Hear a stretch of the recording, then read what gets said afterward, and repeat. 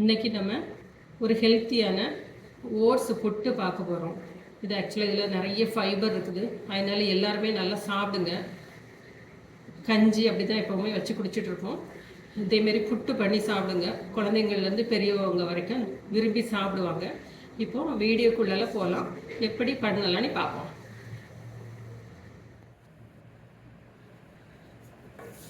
ஒரு cup oats, அதை slow ஃப்ளேமில் நல்லா வறுத்துக்குவோம். டக்குனி அடியில் கறியும், அதனால ஃப்ளேமை குறைச்சி வச்சு வருங்க.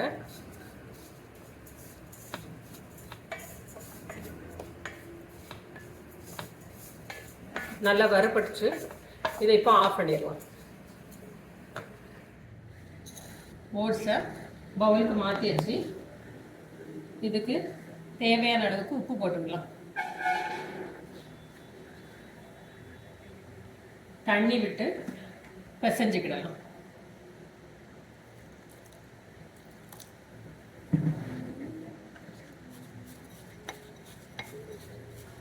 தண்ணி கொஞ்சம் கொஞ்சமாக பார்த்து விடுங்க.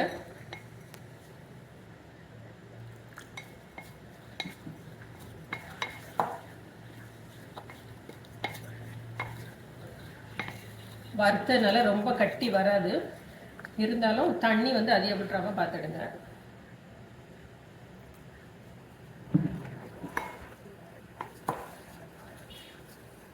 இது அப்படியே ஒரு 10 நிமிஷம் இருக்கட்டும். பவுல் எடுத்துடுங்க. பவுலில் அடியில் கொஞ்சம் கோகோனட் வந்து ஃபில் பண்ணுங்க.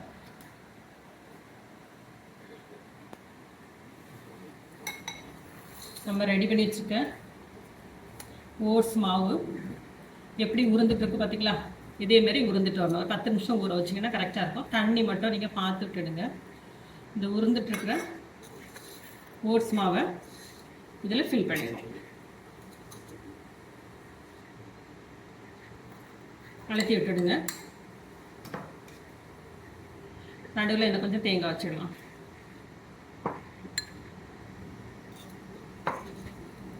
என்ன ஒரு லேயர் ஓட்ஸு,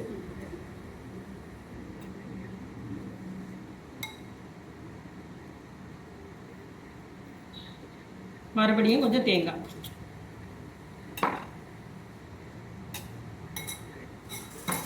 இதை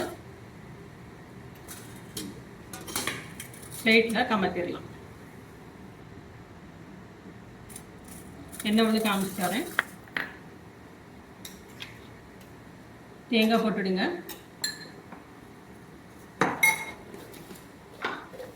தேங்காய்க்கு மேலே சுகர்,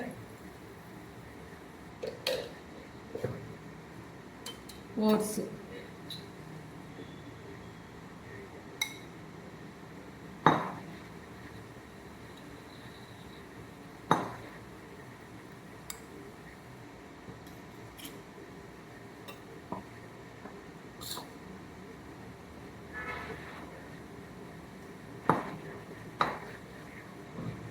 கொஞ்சம் ப்ரெஸ் பண்ணி விட்டுடுங்க.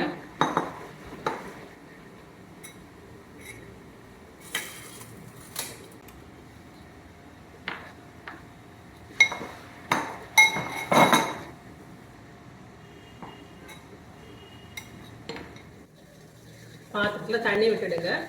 ஸ்டீம் வந்ததுக்கப்புறமா இதை உள்ளலாம் வச்சிடலாம்.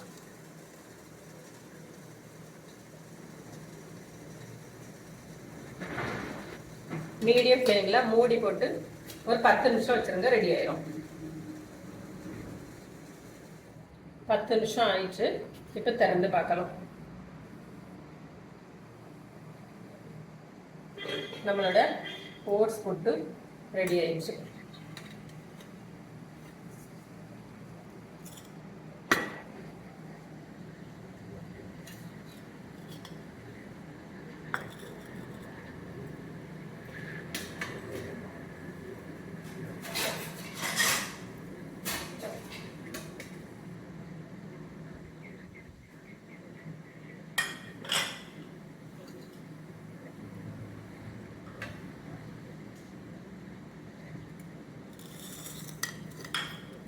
ஒன்று ஸ்வீட் போட்டது, ஒன்று ஸ்வீட் போடாதது.